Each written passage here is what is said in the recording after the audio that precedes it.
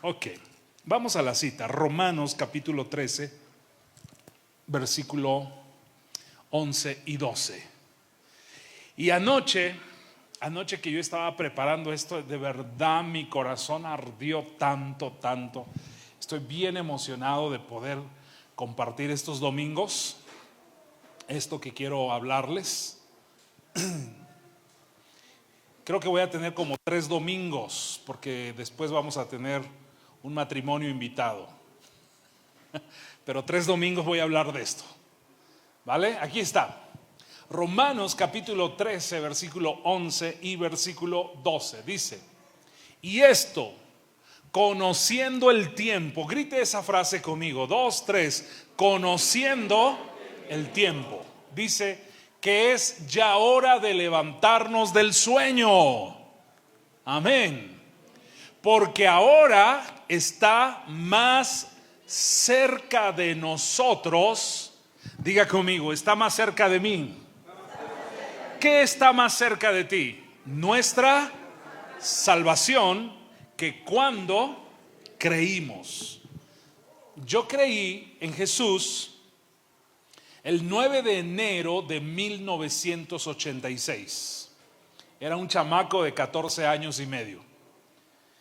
Para los que están haciendo cuentas cuánto es mi edad, no se quiebre ya la cabeza. Tengo 51. Pero cuando tenía 14 años y medio, yo me encontré con Jesús.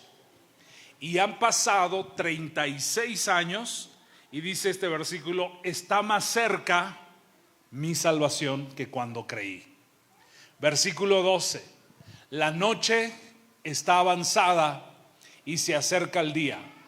Desechemos pues las obras de las tinieblas y vistámonos las armas de luz. Vistámonos las armas de luz. Después de que Jesús resucitó y ascendió al cielo, los discípulos y los apóstoles de Jesús tenían un mensaje muy claro, lo habían entendido con mucha claridad. Y el mensaje que ellos tenían era el retorno de Jesús. Diga conmigo eso, el retorno de Jesús. ¿Por qué creen ustedes que los discípulos estuvieron dispuestos a dar su vida por causa del evangelio? Porque tenían muy claro este mensaje en su corazón. Ellos sabían que Jesús iba a volver. Ellos lo sabían.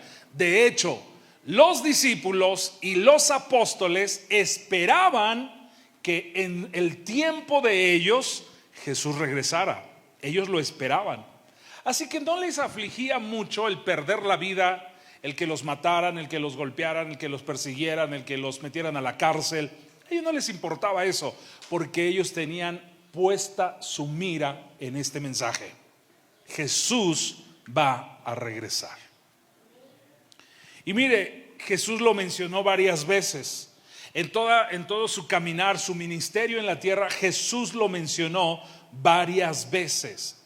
Me voy a ir y luego voy a regresar. Solo vamos a ver un pasaje, aunque hay muchos, vamos a ver un pasaje. Evangelio de Juan, capítulo 16, versículo 16 al 24. Palabras de Jesús. Y mire lo que Jesús deja en este pasaje. Evangelio de Juan 16, del 16 al 24. Mire cómo dice: todavía un poquito y no me veréis, y de nuevo un poco y me veréis, porque yo voy al Padre. Un poco de tiempo y ya no me vas a ver, y luego otro poco de tiempo y me vas a volver a ver. Yo voy al Padre. Entonces se dijeron algunos de sus discípulos unos a otros: ¿qué es esto que dice? Todavía un poco y no me veréis, y de nuevo un poco y me veréis, y porque yo voy al Padre. ¿Qué quiere decir eso? No lo entendían. Decían pues: ¿qué quiere decir con todavía un poco? No entendemos lo que habla. Jesús, conociendo que querían preguntarle, les dijo: preguntáis entre vosotros acerca de esto que dije, todavía un poco y no me veréis, y de nuevo un poco y me veréis. De cierto os digo, que vosotros lloraréis y lamentaréis y el mundo se alegrará. Hasta ahí está hablando de su muerte. Porque aunque vosotros estéis tristes, vuestra tristeza se convertirá en gozo. Está hablando ahora de la salvación y la resurrección. La mujer cuando da a luz tiene dolor porque ha llegado su hora. Pero después de que ha dado a luz un niño, ya no se acuerda de la angustia por el gozo de que haya nacido un hombre en el mundo. Siguiente, dije hasta el 24. Ok.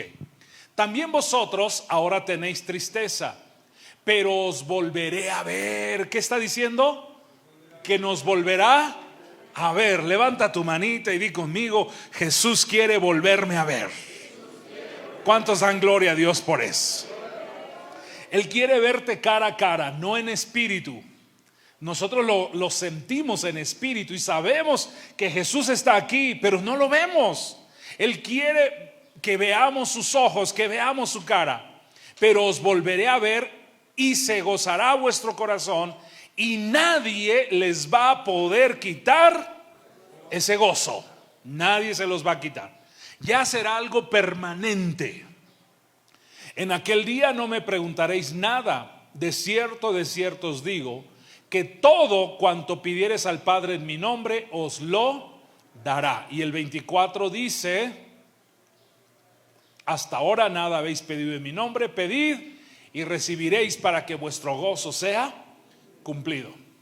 Y yo quiero seguir hablando de esto, pero quiero preguntar: ¿tienen calor? ¿Quién tiene calor?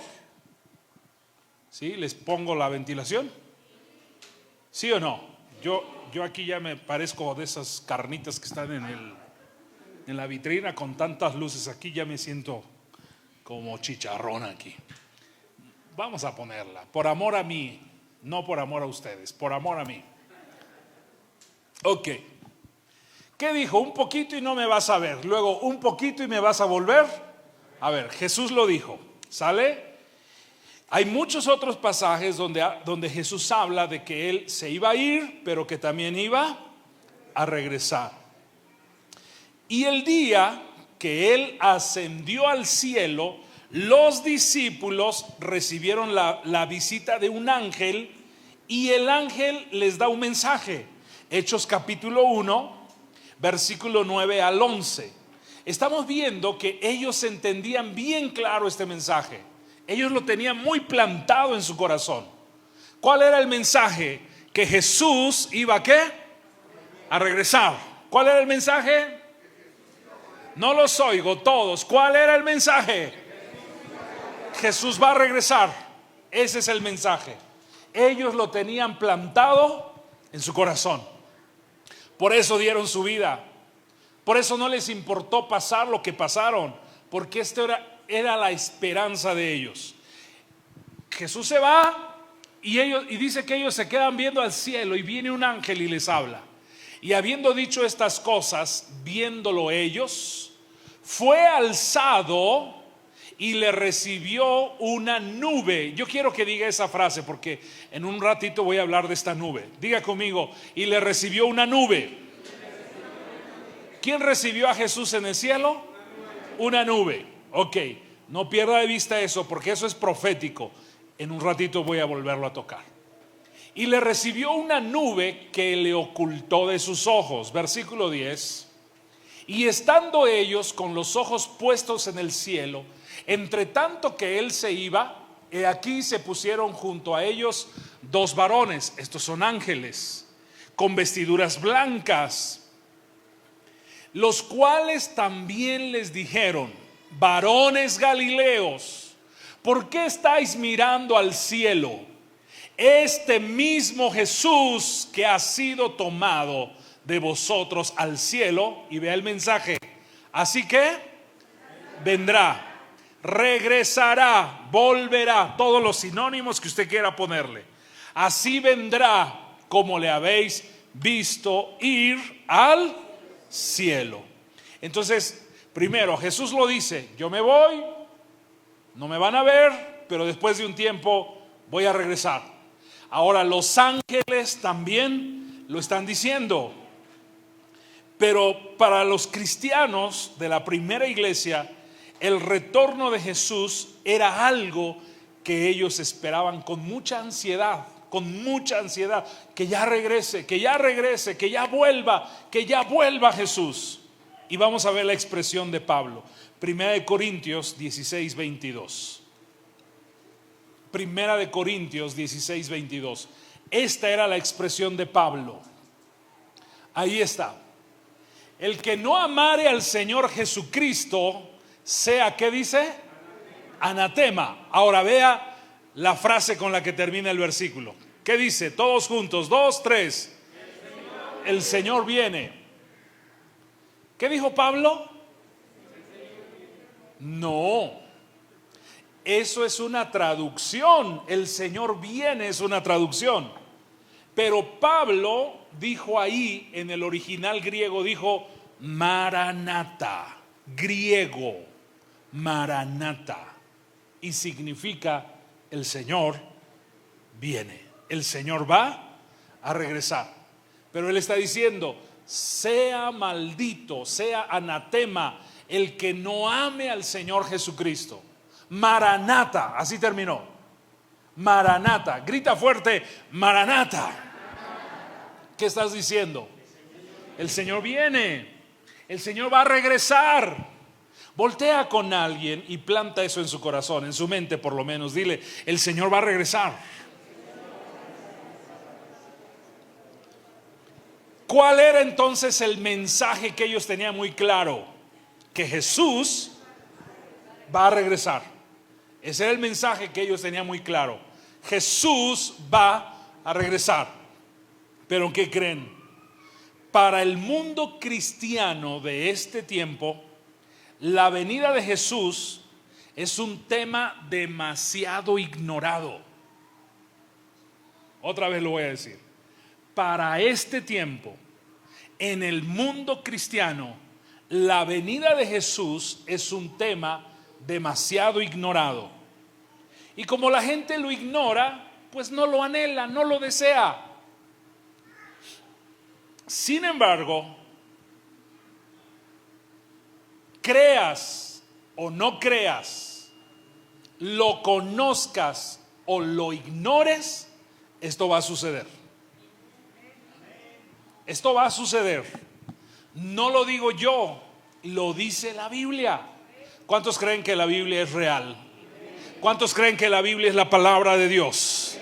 ¿Y qué dice la Biblia? Que Jesús, ¿qué? Va a regresar. Jesús va a regresar. La primera iglesia, los primeros discípulos, los primeros cristianos, y quiero dejar muy claro esto, porque nosotros lo que hemos hecho es tomar un pasaje aquí, otro pasaje acá, otro pasaje por allá, y sacamos un tema de esto que voy a decir. Pero entre que sacamos de aquí y sacamos de acá, distorsionamos el sentido de lo que Jesús quiso hablar o lo que la Biblia quiere hablar. Y déjeme decir esto: la iglesia primera hablaban de una esperanza. ¿De qué hablaban? Gríteme todos por acá. ¿De qué hablaban? Una vez más, ¿de qué hablaban? Ok, hablaban de una esperanza. Pero ellos no tenían en su mente el tema de la esperanza como nosotros lo tenemos o lo entendemos hoy. Hoy se habla de la esperanza así como: ten esperanza, tu vida va a cambiar. Ten esperanza, tu circunstancia va a cambiar. Ten esperanza, vas a salir de ese problema. Ten esperanza. No, para ellos ese no era el tema de la esperanza. Yo acabo de terminar de leer la Biblia en el mes, a mitad de esta semana llegué hasta Apocalipsis. Al día siguiente ya empecé ahorita otra vez Génesis. Estoy casi terminando Génesis. Pero pasé por Primera de Pedro y Segunda de Pedro, y déjeme decirle esto: vi Primera de Pedro como nunca en mi vida lo había visto. Entendí el mensaje central de Primera de Pedro. Y Primera de Pedro habla de una esperanza. ¿De qué habla? Pero yo insisto, no es una esperanza de vida aquí en la tierra. La iglesia primitiva tenían una esperanza, pero no como la hemos entendido. Es más, déjenme decir, y espero entiendan la idea de esto. La esperanza como la hemos entendido nosotros está rechafa. Está bien chafa. Otra vez. La esperanza como la hemos entendido nosotros está bien chafa. Digan esa palabra espiritual, chafa. ¿Cómo está ese tema de la esperanza? Le voy a mostrar algo. La iglesia primitiva, cuando hablaban de esperanza, se referían a que esperaban estar siempre con el Señor. Esa era su esperanza. La esperanza para ellos no era: vas a mejorar tu estilo de vida, vas a salir de este problema, vas a dejar la prueba. Ellos no veían eso. Para ellos la esperanza era estar siempre con el Señor. Que Jesús viniera, los tomara y los llevara al cielo. ¿Estamos aquí? Vamos a verlo en la Biblia, para que no le cuenten, para que no le digan. Primera de Pedro, capítulo 1, versículo 3 al versículo 5. Primera de Pedro, capítulo 1, versículo 3 al versículo 5. Miren cómo dice: bendito el Dios y Padre de nuestro Señor Jesucristo, que según su grande misericordia nos hizo renacer. ¿Para qué? Todos fuerte, ¿para qué? ¿Cuál es el tema de esto? De las cartas de Pedro. ¿Cuál es el tema? La esperanza. Pero no se refiere a la esperanza de mejorar tu vida. ¿Queda claro eso, no? Ok. Si te regresas, no hemos cambiado. Dice, nos hizo renacer para una esperanza viva por la resurrección de Jesucristo de los muertos. Y Él nos va a explicar cuál es esa esperanza. Versículo 4 dice: para una herencia ¿qué? Incorruptible. Esa era la esperanza, una herencia incorruptible. No está hablando de lo material, porque lo material es corruptible. ¿Están de acuerdo? Una casa se deteriora, un carro se envejece y hay que cambiarlo. Dinero, vestido, lo material es corruptible. Y Pedro, está hablando de una esperanza a algo que es incorruptible. Y luego dice, e inmarcesible, incontaminada e inmarcesible. Ahora vea la esperanza. Reservada, ¿dónde? ¿De qué esperanza está hablando? De una esperanza eterna. ¿De qué está hablando? Una esperanza eterna, eterna, reservada en los cielos. ¿Para quiénes? ¡Wow! Entonces, por eso dije, el mensaje de esperanza que se nos ha plantado en este tiempo está rechafa, porque solo estamos enfocándonos en mejorar nuestra vida terrenal. Ahora, Dios no está peleado con bendecir tu vida terrenal, pero esto es de otro nivel. Esto es de otro nivel. Es más grande. Y si tú y yo nos estancamos a la esperanza terrenal, estamos rechafas. ¿Estamos qué? Wow.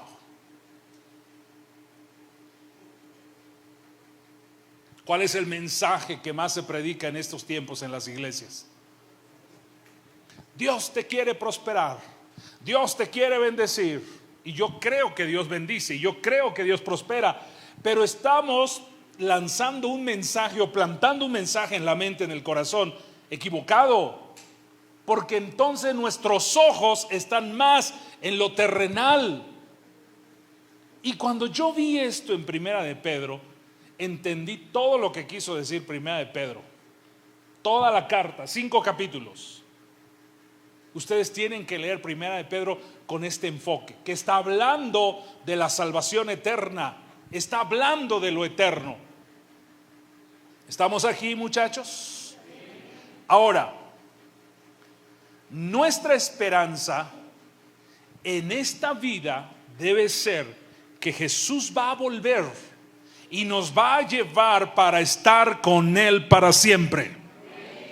Esa debe ser nuestra esperanza. Y mire, déjeme decirle, todo lo terrenal es pasajero. Y vamos a ver lo que sigue aquí en Primera de Pedro, del versículo 6 al versículo 9. Y quiero que miren algo. Las pruebas, las tribulaciones, las luchas de la vida son nada. Son nada. Diga conmigo, toda prueba, toda lucha aquí en la tierra es nada comparado a lo eterno. Es nada comparado a lo eterno. Y Pedro en estos versículos dice: no pongas atención a las luchas que vives en la tierra. No te enfoques en eso. No te enganches. No te ancles. Es como si te dijeran: subió el dólar. Popocatépetl. Hola. Oye, que te detectaron cáncer. Popocatépetl. Ya nadie dijo nada. Vamos a ver cómo veía él las pruebas. Acuérdese que el versículo 3 al versículo 5 habló de una esperanza. Y la esperanza es la salvación eterna. Ahora quiero que vean esto. ¿Cómo ve Pedro las pruebas? Dice: en lo cual vosotros os alegráis, aunque ahora por un poco de tiempo, si es necesario, tengáis que ser ¿qué? Afligidos en diversas pruebas. ¿Qué está diciendo? Que te alegres en las diversas pruebas. ¿Por qué no dicen amén? ¿Por qué nadie dice gloria a Dios? Es que siempre que hablamos de luchas no nos gusta, porque nuestros ojos están más enfocados en lo terrenal que en lo eterno. Y a nadie le gusta ser afligido. Yo espero que por el mensaje de hoy no decida cambiarse de iglesia y que se vaya a una iglesia que le hablen de prosperidad. Yo espero eso. Otra vez, el 7. Primero, terminó el 6. Si te regresas al final del 6, por favor, dice que tengáis que ser ¿qué? Afligidos en diversas pruebas. Ahora, entra el 7. Termina el 6 diciendo que es necesario que padezcamos.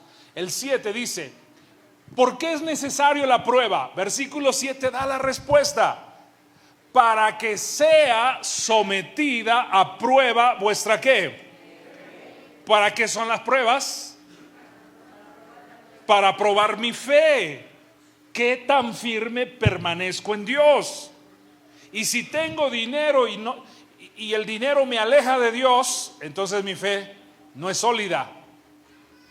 Y si no tengo dinero y la escasez me aleja de Dios, mi fe no es sólida.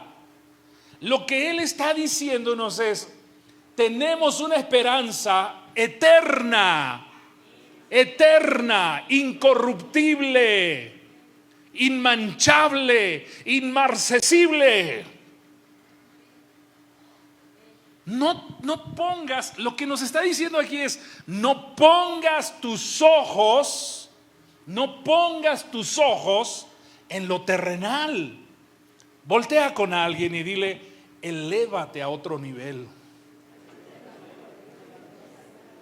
¿Sí me estoy explicando?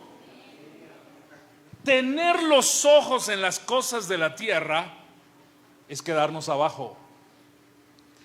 Él está hablando de algo eterno. Dice: para que sea sometida a prueba vuestra fe, mucho más preciosa que el oro, el cual, aunque perecedero, está hablando de que el oro es perecedero. Dice: aún así el oro se prueba con fuego. Y luego cambia un poquito el tema, aunque sigue sobre lo mismo. Sea hallada, está hablando de tu fe, en alabanza, gloria y honra. ¿Cuándo qué? Cuando sea manifestado ¿quién? Jesucristo. Wow. Está hablando de su venida. Está hablando de su regreso. Pero dice que tu fe sea sometida a prueba para que cuando Él regrese, tu fe sea encontrada en alabanza, en honra, en gloria, en gozo. Amén. Y el versículo 9, por favor. ¿Ya no leí el 8? No lo leí, perdón, el 8. Perdón. A quien amáis, está hablando de Jesucristo, a quien amáis sin haberle visto, en quien creyendo, aunque ahora no lo veáis, os alegraréis con gozo inefable y glorioso. Wow. Obteniendo ¿qué? El fin de ¿qué? ¿Cuál es el fin de mi fe? O sea, ¿tengo fe para que Dios prospere nada más mi vida terrenal? Eso no es el fin de mi fe. El fin de mi fe es alcanzar salvación eterna. Ese es el fin de mi fe. Debe ser el fin de tu fe. Tu fe debe ser pasar la eternidad con Jesús. Ese debe ser tu fin. Todo aquí en esta vida, todo en esta vida es pasajero. Es pasajero. Por eso dice: ni te aflijas. Cuando no tienes dinero, ni te aflijas. Cuando estás enfermo, pues ¿qué puedes hacer? Estás enfermo, que tienes cáncer, bueno, te vas a morir. ¿Y qué va a pasar? ¿Qué? ¿Qué es lo peor de tener cáncer? Morir. ¿Qué es lo peor de morir? ¿Que te entierren? No entendí. Lo peor de morir es que si te puedes ir al infierno y estar lejos de Jesús. Eso es lo peor. Pero la Biblia nos está enseñando que pongamos nuestra fe en algo eterno. Y que aunque pasemos pruebas, y aunque pasemos necesidades, lo eterno en Dios es mucho mejor. Qué impresionante. Qué impresionante. A mí me impresionó esto. Obteniendo el fin de vuestra fe, que es que la salvación de vuestras almas. Entonces, nuestra esperanza no debe ser la esperanza de mejorar nuestra vida terrenal. Nuestra esperanza es que Jesús va a volver. Jesús va a volver. Pero mi esperanza es que yo pase la eternidad con Él. Esa debe ser mi esperanza. Esa debe ser tu esperanza. Les voy a decir otra vez lo mismo. Jesús va a volver. ¿Cuál debe ser nuestra esperanza? Pasar la eternidad con Él. Esa debe ser nuestra esperanza. Ahora, ¿qué creen? La gente del Antiguo Testamento, porque ya les hablé de los discípulos entendieron este mensaje y dijeron: Jesús va a volver, Jesús va a volver, Jesús va a volver. No importa que ahorita esté mal, no importa que me quiten la vida, que me metan a la cárcel, que me den una tunda por amor a Jesús, no importa eso. Yo tengo una esperanza, yo quiero verlo, quiero estar con Él. Pero entendí algo: no solo la gente del Nuevo Testamento, no solo la iglesia primitiva, no solo los discípulos o no solo los apóstoles entendían el mensaje de la salvación eterna. La gente del Antiguo Testamento entendía que su esperanza era la eternidad. Veamos, Hebreos capítulo 11, versículo 13 al 17. Hebreos 11, del 13 al 17. Hebreos 11 habla de los héroes de la fe.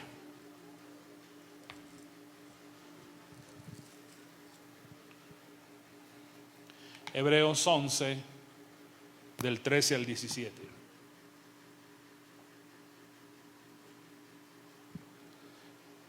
Ok, ahí lo tenemos. Conforme a la fe, murieron todos estos sin haber recibido lo prometido, sino que dice, mirándolo de lejos y creyéndolo y saludándolo y confesando que eran extranjeros y peregrinos sobre la tierra. ¿De quién está hablando? De los patriarcas, Abraham, Isaac, Jacob, y de muchos del Antiguo Testamento. De ellos está hablando. Dice, porque lo que estos dicen claramente dan a entender que buscaban una patria. No cambies, tantito ahí, tantito, regrésate. ¿De quién estaba hablando? Les dije, de Abraham, de Isaac, de Jacob. Y dice el versículo, el 14, dice que ellos estaban buscando una ¿qué? Una patria. Aquí pudiera existir una confusión, porque a ellos se les dijo, la tierra que miren tus ojos te la voy a dar por heredad. Y nosotros pudiéramos confundir, bueno, ellos buscaban una heredad terrenal, una patria terrenal. Pero este versículo nos saca de duda y dice que ellos no buscaban una patria terrenal, ellos buscaban una patria celestial. Versículo 15. Y sigue hablando de Abraham, Isaac y Jacob. Dice, pues si hubiesen estado pensando en aquella donde salieron, ciertamente les hubiera dado tiempo de volver. 16. Pero anhelaban una mejor. ¿Qué anhelaban? Una patria mejor. Esto es una patria ¿qué? Celestial. Esa era la esperanza de Abraham, esa era la esperanza de Jacob, esa era la esperanza de Isaac, una patria celestial. Por lo cual Dios no se avergüenza de llamarse Dios de ellos, porque les ha preparado una ciudad. ¿Cuál es esa ciudad? La Nueva Jerusalén. Está en Apocalipsis capítulo 22, la Nueva Jerusalén. Abraham sabía de esa ciudad, Isaac sabía de esa ciudad y Jacob sabía de esa ciudad. No solo en el Nuevo Testamento se habló de esa ciudad, la gente del Antiguo Testamento tenía esa esperanza en esa ciudad. Por la fe Abraham, cuando fue probado, ofreció a Isaac, y el que había recibido las promesas ofrecía a su unigénito. Yo quise tomar el 17, aunque ya no tiene mucho que ver con el tema de que esperaban una patria celestial, pero quise tomar el 17 para que se dieran cuenta que estaba hablando de Abraham, de Isaac, de Jacob. ¿Vamos bien? Ok. Nosotros tenemos que tener una esperanza mayor que la que vivir mejor en la tierra. Nuestra mira debe estar en los cielos. Colosenses capítulo 3, versículo 1 y 2. Aguante, ahorita vamos, esto es como una introducción para que usted entienda el mensaje. Estoy en la introducción. Tengo 3 domingos. Y les estoy hablando de que la esperanza de ellos era una esperanza ¿qué? ¿Una esperanza qué? No, terrenal no. Una esperanza celestial, de la eternidad. Mi querido hermano, yo te invito a que pienses esto. Cuando hablemos de esperanza, no te fijes en las cosas de la tierra. Yo tengo una esperanza en tener una mejor casa. Bueno, si Dios te bendice y te da una mejor casa, padrísimo. Pero ¿y si no te la quiere dar? Padrísimo, porque no es mi mira esa casa. ¿Sí me estoy explicando? Yo tengo una mira diferente, como dice aquí Colosenses capítulo 3, versículo 1 y 2. Colosenses capítulo 3, versículo 1 y 2. Ahí está. Si pues habéis resucitado con Cristo, ¿qué dice? Buscad las cosas ¿de dónde? De arriba, donde está Cristo sentado a la diestra de Dios. ¡Wow! Busca las cosas ¿de dónde? Todos juntos, gríteme, busca las cosas ¿de dónde? De arriba, de arriba. Y yo quiero en verdad dejar bien claro esto. Dios no está peleado con lo material. Dios no está peleado con lo material. Dios tiene poder para bendecir tu vida. Dios tiene poder para darte. Dios tiene poder para levantarte. Ese no es el punto. El punto es que a veces lo material gana el corazón y te aleja de Dios. Ese es el punto, el problema. Dios quiere darte, Dios quiere bendecirte. Pero si Dios me da, mi meta no es las cosas de la tierra. Hola. ¿Estamos aquí? Poned la mira en las cosas de arriba y no en las de la tierra. Wow. Ahora, después de que ya di esta pequeña introducción, que para mí sí era necesario que la entendiéramos, ¿cuál es nuestra esperanza? La salvación eterna. Pasar la eternidad al lado de Jesús. ¿Cuál debe ser nuestra esperanza? Pasar la eternidad al lado de Jesús. Yo quiero que repita conmigo fuerte. Todos digan conmigo, mi esperanza debe ser pasar la eternidad al lado de Jesús. Entonces, aquí voy a entrar. ¿Qué debemos hacer? Entender lo que está por suceder, acontecimientos futuros. Porque lo creas o no, lo entiendas o no lo entiendas, va a suceder. Va a suceder. Jesús va a volver. La Biblia habla de la segunda venida de Jesús. ¿De la qué dije? ¿Qué significa segunda venida? Que ya hubo una, que fue la primera. La primera vino como un cordero, murió por nosotros. Y eso fue poquito más de 2000 años, poquitito más. Él ya vino, fue la primera venida. Y cuando hablamos de la segunda venida, escuche bien lo que voy a decir. Cuando hablo de la segunda venida, estoy diciendo que Él va a volver, Jesús va a volver y va a poner su pie sobre la tierra por segunda vez.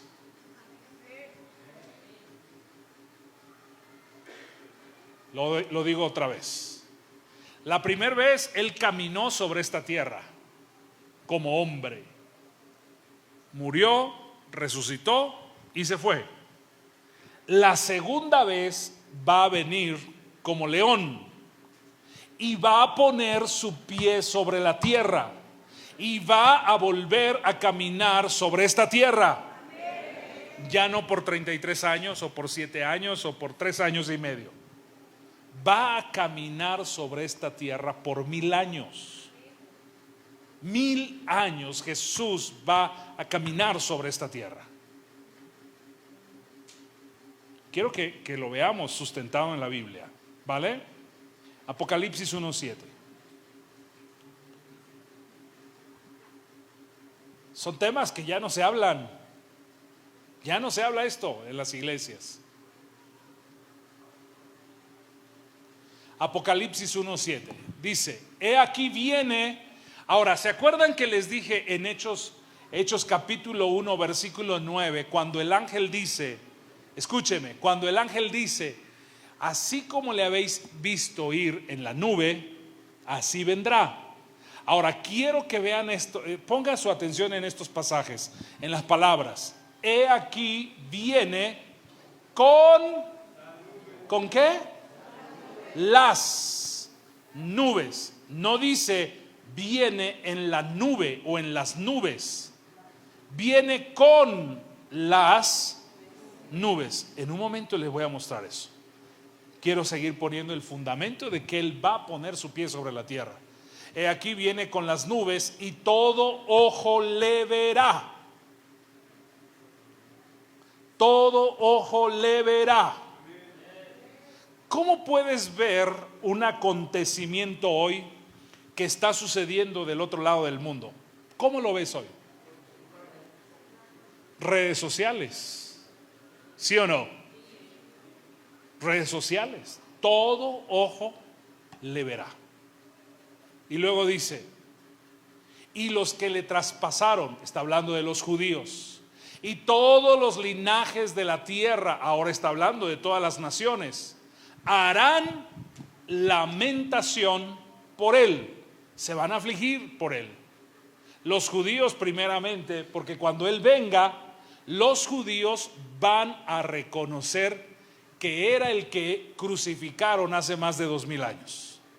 Cuando él vino la primera vez, no lo recibieron, no lo reconocieron como el Mesías. Juan 1:12 dice, a lo suyo vino y los suyos no lo recibieron. Es 1:11, Juan 1:11. A lo suyo vino y los suyos no le recibieron. Entonces los judíos el día de hoy siguen esperando que Él venga. Ellos están esperando que el Mesías regrese. Pero cuando Él venga no será la primera venida, será la segunda. Va a poner su pie sobre la tierra, todo ojo lo verá, y los judíos que le traspasaron llorarán y dirán, van a decir así, no manches, es el que matamos hace 2000 años. Así van a decir los judíos. Se les va a olvidar su léxico, su compostura, y van a decir, no manches,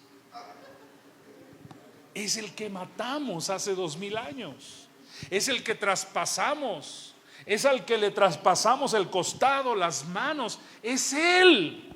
Y dice, harán lamentación por Él. Y para todas las naciones que no lo recibieron, que lo rechazaron, dirán lo mismo, ¿por qué no lo recibimos? Ahora quiero decirle algo, en esto que todo ojo le verá y toda lengua y toda tribu y nación lamentará, nosotros no estaremos ahí. En un momento voy a explicar eso. Estoy hablando de la segunda venida de Jesús. Daniel capítulo 7 versículo 13. Daniel capítulo 7 versículo 13. Y miren, cuando yo veía estos pasajes del Antiguo Testamento, yo veía cómo estos profetas entendían la segunda venida de Jesús, aunque no se referían a Él como Jesús, sino como el Hijo del Hombre o el Anciano de Días. Dice, miraba yo en la visión de la noche, y he aquí con las nubes del cielo venía uno como hijo de hombre, que vino hasta el Anciano de Días y le hicieron acercarse delante de él. Está hablando de la segunda venida. El profeta Daniel, mis hermanos, que es aproximadamente 500 años antes de que Jesús viniera a la tierra, Daniel ya lo había visto. Ahora, no solo fue él. Vamos a ver Zacarías capítulo 12 versículo 10. También Zacarías habló de la segunda venida de Jesús. Zacarías 12:10 y luego Zacarías 14:4. Zacarías 12:10, ahí lo tenemos. Dice, y derramaré sobre la casa de David y sobre los moradores de Jerusalén espíritu de gracia y de oración, y mirarán a mí. ¿Qué dijo? Mirarán a mí, a quien traspasaron, y llorarán como se llora por hijo unigénito, afligiéndose por él como quien se aflige por el primogénito. Lo mismo que dijo Daniel, lo mismo que dijo Juan en el Apocalipsis, el profeta Zacarías lo dice. Ahora vamos a ver que cuando él venga va a poner sus pies sobre la tierra. Aquí está, Zacarías 14:4, dice, y se afirmarán sus pies en aquel día sobre el monte de los Olivos. Cuando Jesús regrese, Él va a poner sus pies sobre ese monte. Actualmente está ese monte, el monte de los Olivos. Dice, y se afirmarán su pie sobre el monte de los Olivos, que está enfrente de Jerusalén, al oriente. y el monte de los olivos se partirá por en medio. O sea que aquí ya no viene como hombre, viene como Dios. Él va a poner sus pies sobre el monte de los olivos y el monte se va a partir por la mitad. Un terremoto va a suceder en ese momento, hacia el oriente y hacia el occidente, haciendo un valle muy grande. Y la mitad del monte se apartará hacia el norte y la otra mitad hacia el sur. Ahora déjeme decir esto, escuche bien lo que voy a decir.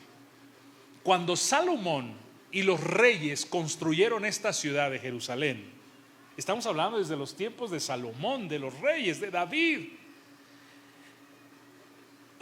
En el año 70 ya de nuestra era, el general Tito de Roma, un general romano, vino a Jerusalén, la invadió y la destruyó. Pero hay un muro que nunca fue destruido y que el día de hoy está ahí, y se llama el muro de los lamentos. Si ustedes ven imágenes, fotos de ese muro, ustedes van a darse cuenta que los judíos van a hacer oración a ese muro. Se llama así el muro de los lamentos. Ahora deje decir algo. En este muro hay una puerta que está sellada con tabique, con bloc, pero es una puerta. Escuche bien, esa puerta se conoce como la puerta por donde entraban los reyes. Por ahí entró David, por ahí entró Salomón, por ahí entraron los reyes, Josafat, todos estos reyes importantes. Ahora, cuando el general Tito destruye esta ciudad, Jerusalén, el templo que había reconstruido Herodes, cuando esta ciudad es destruida, de alguna forma Dios guardó este muro que está ahí y la puerta está sellada. Pero vamos a ver que cuando Jesús regrese y ponga sus pies sobre el monte de los olivos y se parta el monte a la mitad, Jesús va a caminar y va a entrar por esa puerta como Rey de Reyes y Señor de Señores. Vamos, si lo vas a hacer, hazlo bien.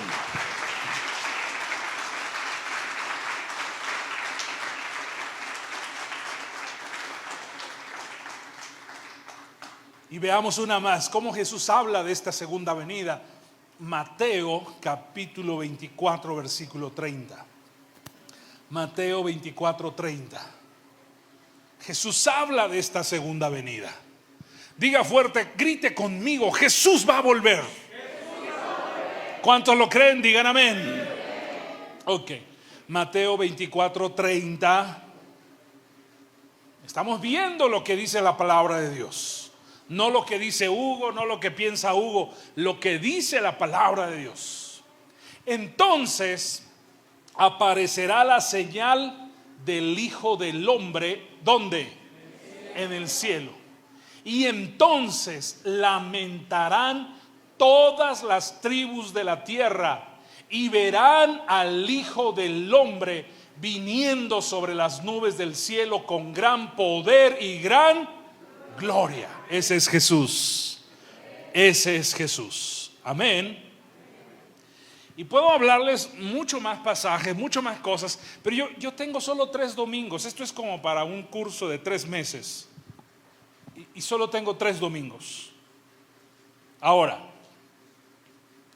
el que Él venga en las nubes es simbólico, es profético.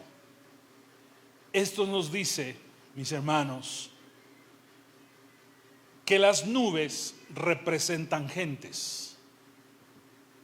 Se acuerda de Hechos 1:9, ¿verdad? Y 10, que 1:10, que los ángeles, los discípulos están así de babosos, así, ya se fue, y mira una nube, mira. Y vienen los ángeles y le dicen a los discípulos, así como ustedes ven que se fue en las nubes, Él regresará. ¿Sí? Ahora, solo para que veamos que las nubes nos hablan de gente. Hebreos 12:1. Estamos viendo muchos pasajes hoy. Hebreos 12:1. Hebreos capítulo 12, versículo 1.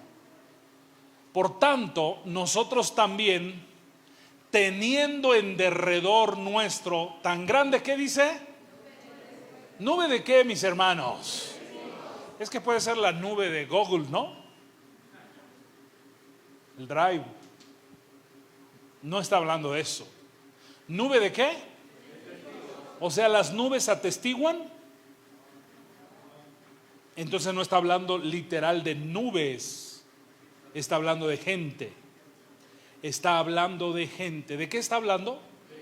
De gente. Cuando dice en Apocalipsis 1:7, dice viene con las nubes, está hablando que Él va a regresar con gente. Él va a regresar con gente. Aquí es donde entramos nosotros. Esas nubes somos nosotros. Wow. Entonces, hago un pequeño retroceso para que entendamos. Primer venida, cuando Él puso sus pies en la tierra, cuando nació a través de la Virgen María. Primer venida, caminó 33 años, murió, resucitó y se fue. Él regresa, segunda venida. Pero quiero que ahora vean esto. Entre la primera venida y la segunda venida, a la mitad, no a la mitad exactamente, entre estas dos hay un acontecimiento que se llama el arrebatamiento de la iglesia. No es lo mismo la segunda venida que el arrebatamiento de la iglesia. En este acontecimiento del arrebatamiento de la iglesia, muchos se confundieron y pensaron que el arrebatamiento de la iglesia era la segunda venida. No. Y quiero decirlo de paso de una vez. Mateo 24 no es para nosotros. Mateo 24 es exclusivamente para los judíos. Y les voy a dar unos tips. En Mateo 24 dice: rueguen a Dios que cuando suceda esto, tu huida no sea en día de reposo. ¿Qué quiere decir? Que no sea el sábado. Pero ¿por qué les está diciendo que tu huida no sea en día de reposo? Porque resulta que para los judíos guardar el día de reposo significa solamente tienen chance de caminar 1000 pasos al día, en día sábado. Nadie puede ir a correr, nadie puede ir a trotar, nadie puede ir a hacer caminatas. Solo tienes, si fueras judío, solo tienes chance de caminar 1000 pasos. Y si caminas 1001 pasos, estás violando el día de reposo. Por eso Jesús dice: cuando llegue ese día, ruega que tu huida no sea en día de reposo. Entonces todo Mateo 24 no es para nosotros.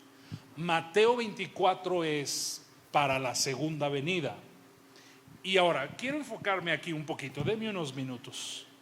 ¿Me dan chance unos minutos? ¿Ya los aburrí? Los veo así como... ¿Los estoy confundiendo? Levante la mano quien no ha entendido nada. Si uno no ha entendido nada, me regreso desde el principio. ¿No? ¿Sí? ¿Vamos bien? Levante la mano si me han entendido. Voy a ver manos. ¿Sí? ¿Me están entendiendo?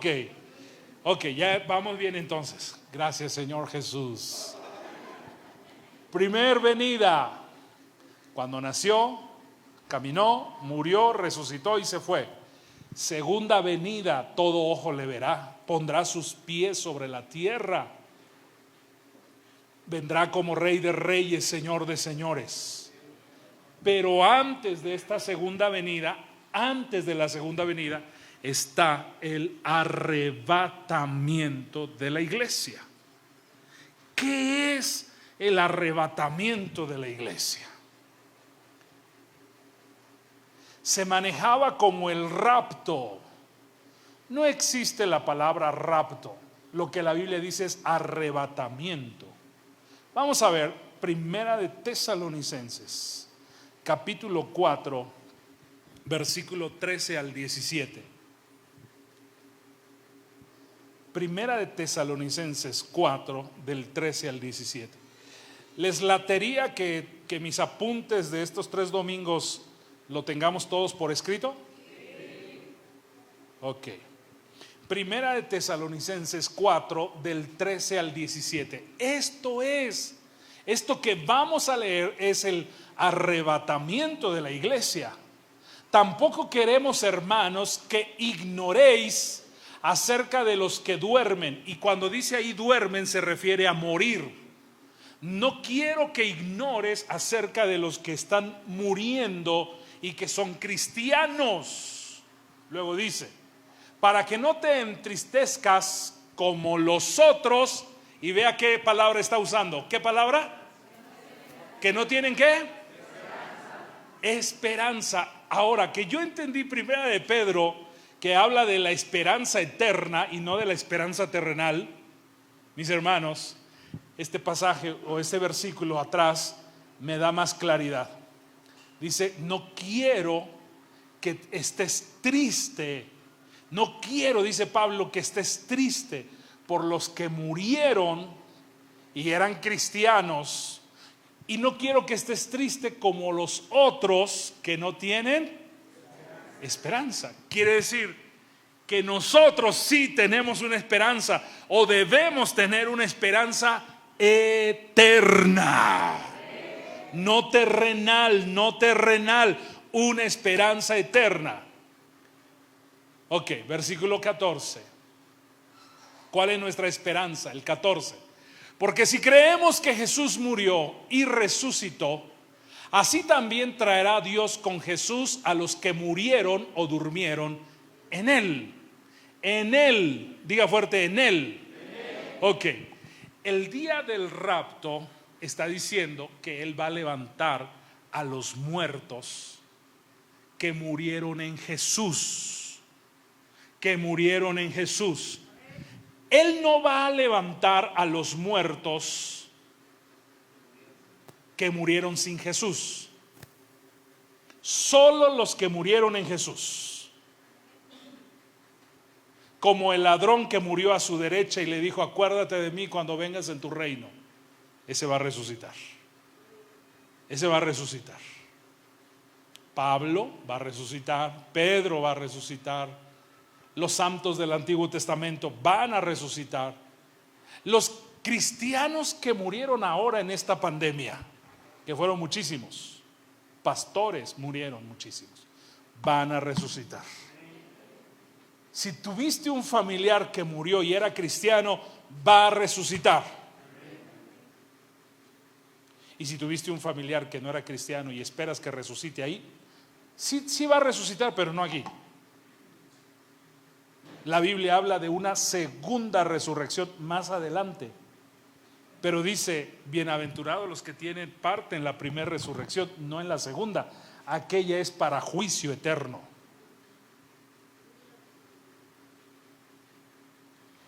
Entonces yo digo, si tú mueres ahora en Jesús, si tú te mueres ahora, ¿qué pierdes? Ganas. Pablo dijo, para mí el morir es ganancia. Ganancia. ¿Saben lo que es ganancia? ¿Qué es ganancia? Dicen, ganar es ganar. Bien profundo, qué revelación, ¿no? Es aumentar, ¿no? Pablo dijo eso. Para mí el vivir es Cristo y el morir es ganancia. ¿Cómo viene la gente a dar el pésame? Ay, lamentamos tu pérdida. ¿Cuál pérdida? Cuando murió mi cuñada, ya va a ser 2 años, varios dijeron esa expresión, lamentamos su pérdida.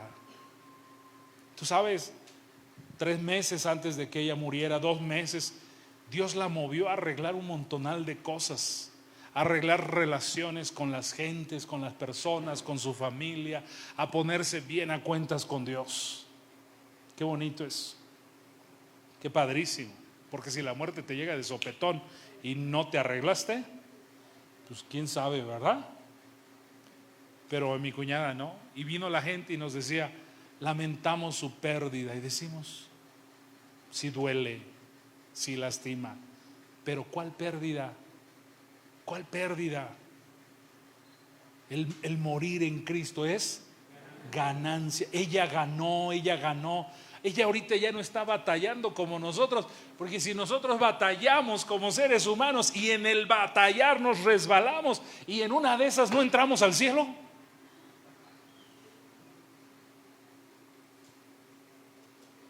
Qué terrible.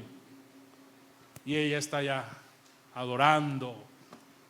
Es más, si Dios nos diera una visión de cómo está mi cuñada en el cielo, hasta envidia de esas buenas nos daría.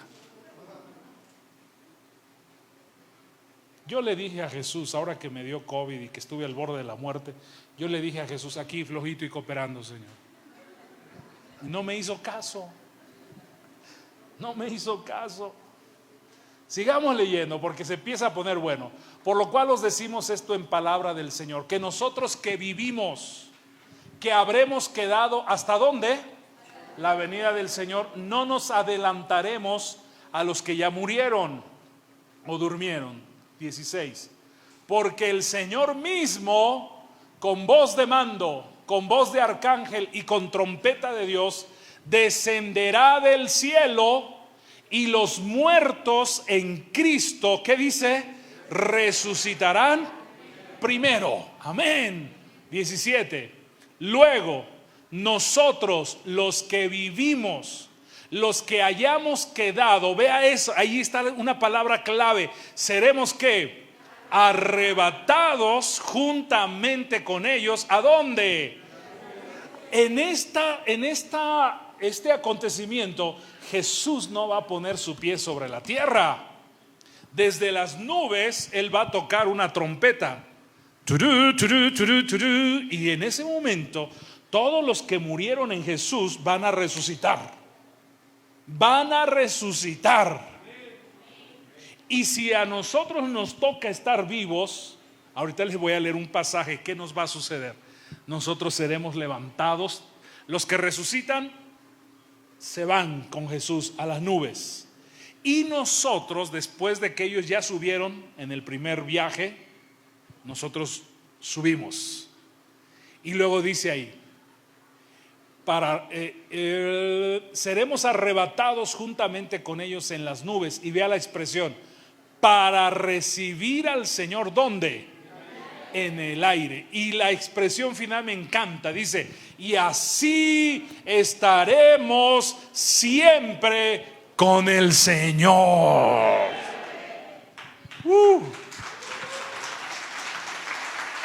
Wow.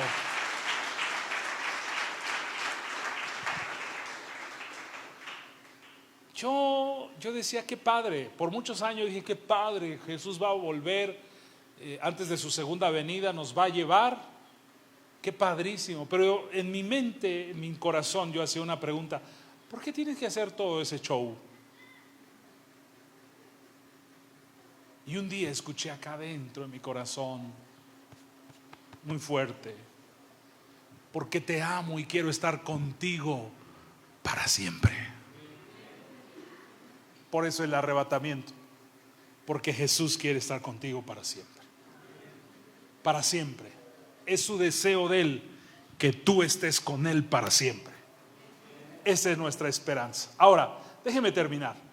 ¿Siguieron los acontecimientos? ¿Qué va a suceder? Número 1, Jesús viene, aquí sí viene sobre las nubes. No viene con las nubes, viene sobre las nubes. Y segunda cosa es, va a hacer sonar una trompeta. Turú, turú, turú, turú. Tercer cosa, los muertos en Cristo resucitan. Ahora, si nos toca estar vivos cuando Jesús vuelva, ¿qué va a pasar con nosotros? Ya sé que nos vamos a subir a la nube también y vamos a ir con Él para siempre. Pero ¿qué va a pasar? Con esta cita termino. Primera de Corintios 15, versículo 51 al 55. Mire lo que va a pasar.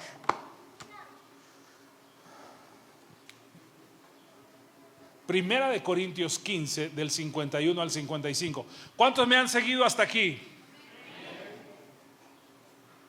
Dice ahí: he aquí, os digo un misterio, no todos dormiremos, está hablando de morir, pero todos, tanto muertos como los que estemos vivos, seremos ¿qué? Transformados, seremos transformados en un momento, en un abrir y cerrar de ojos. Esto es un milagrazo como ustedes no se dan idea. Es un super archirrequete contra hiper macro mega milagro. Es un milagrazo que no entendemos. Dice que todos seremos transformados en un parpadeo, en un abrir y cerrar de ojos, al final de la trompeta, porque se tocará la trompeta y los muertos serán resucitados. Y vea la transformación. Dice, serán resucitados ¿qué? Incorruptibles. Wow.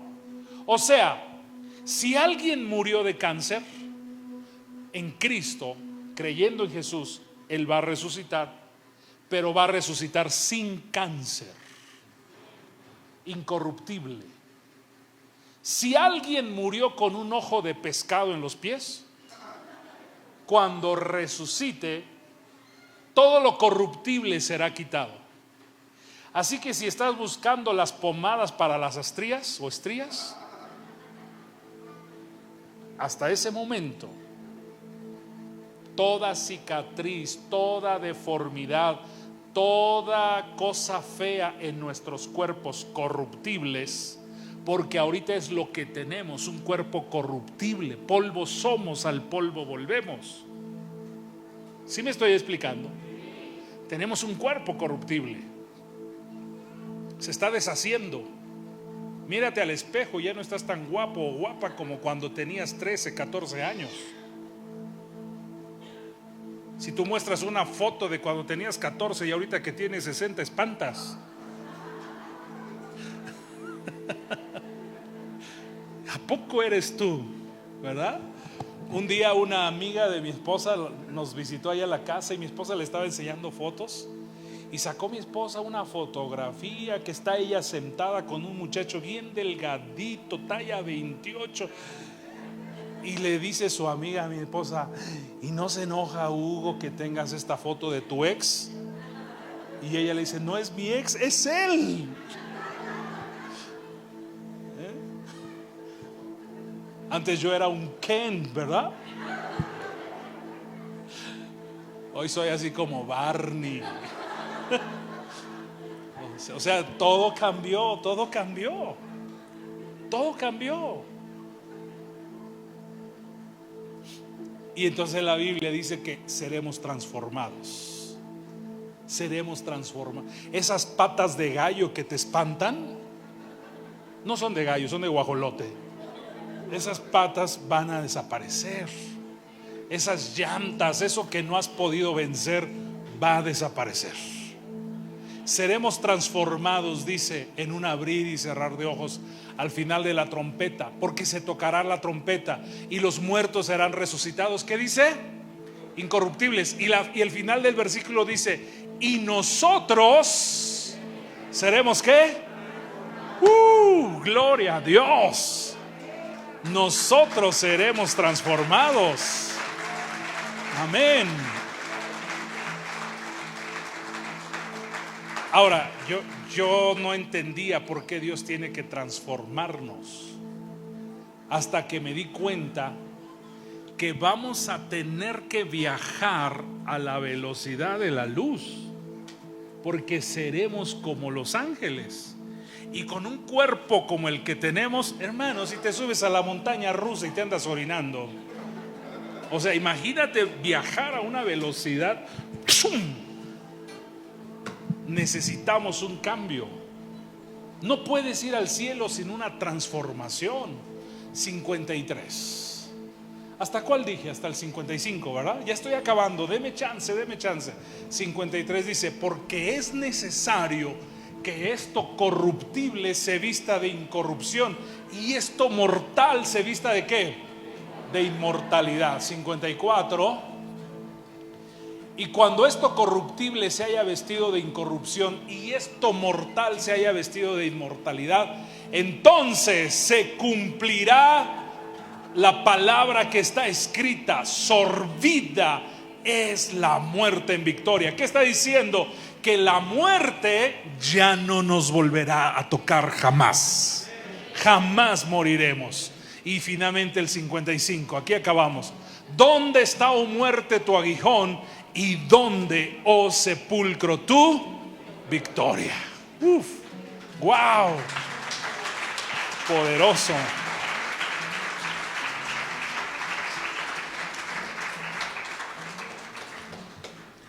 Al final de estas 3 semanas, yo les voy a regalar todos mis apuntes, toda esta enseñanza por escrito. Bueno, no se las voy a regalar, pero les voy a regalar todo lo que yo preparé para ustedes. Usted lo paga, pero yo le regalo mi inteligencia y mi capacidad. ¿Sí? ¿Estamos de acuerdo o no? Ok. Yo quiero estar con Jesús para siempre. ¿Tú quieres? ¿Cuántos quieren estar con Jesús? ¿Cuál es nuestra esperanza? Pasar la eternidad con Jesús. Esa debe ser nuestra esperanza. Discúlpeme. Ay, es que tengo otro pasaje. Porque si tu esperanza es mejorar tu estilo de vida y quitas tus ojos de la eternidad, hermano, no lo lograste. No lo lograste. Solo se las voy a mencionar. Está en 2 de Tesalonicenses capítulo 1 versículo 4. Pues si lo pones rápido, hija, porfa, ya acabé. Esto es extra. 2 de Tesalonicenses 1, 4 y 5 y 6 y 7. Dice ahí: tanto que nosotros, Pablo les escribe a los tesalonicenses, tanto que nosotros mismos nos gloriamos de vosotros en las iglesias de Dios por vuestra paciencia y fe en todas, ¿qué? Vuestras persecuciones y tribulaciones que soportáis. Ahora, ¿por qué las tribulaciones? Vean esto.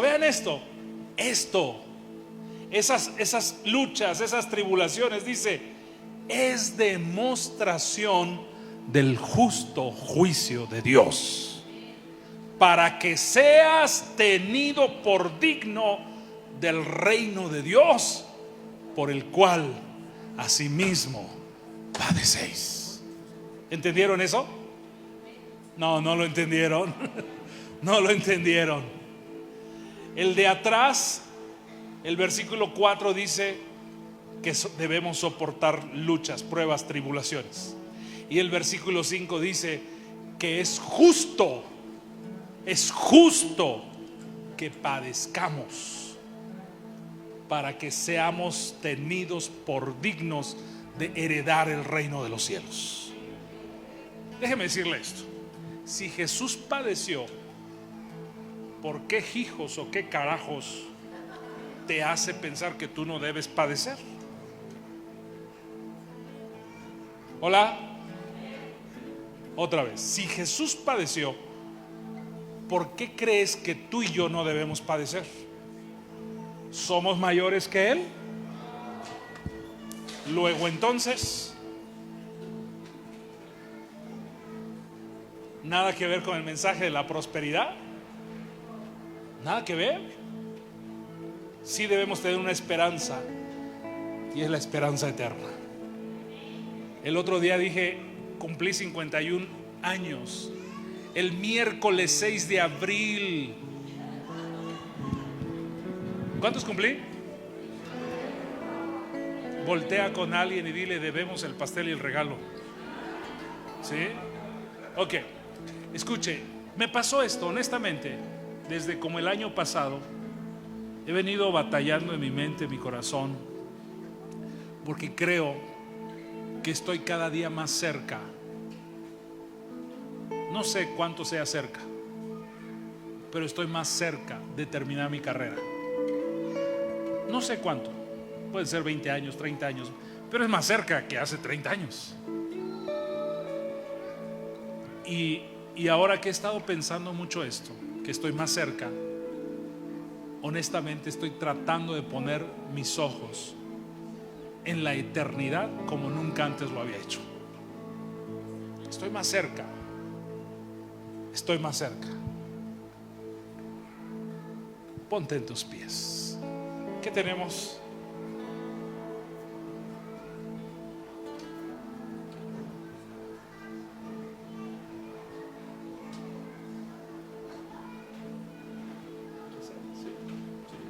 ¿Seguros?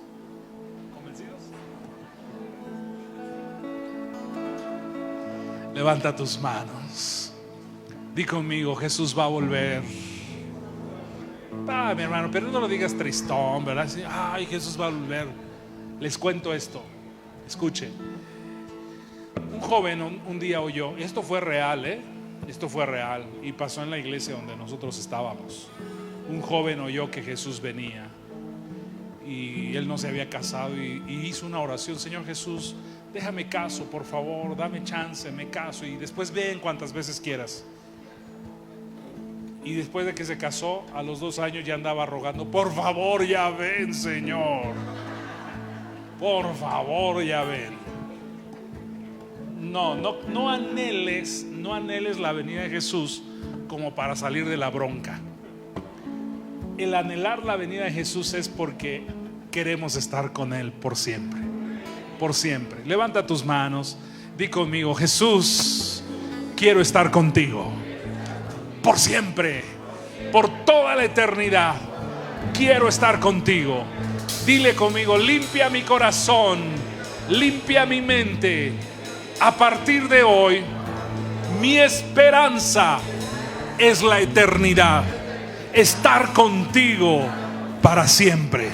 Enamórame de ti, apasioname de ti, Jesús. Tu presencia sea mi pasión. Caminar contigo, obedecerte a ti, creer en ti. No quiero apartarme ni un centímetro de tu presencia, de tu caminar y mi caminar.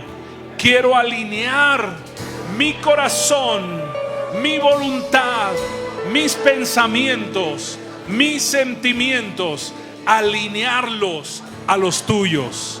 Quiero amarte toda mi vida, toda mi vida.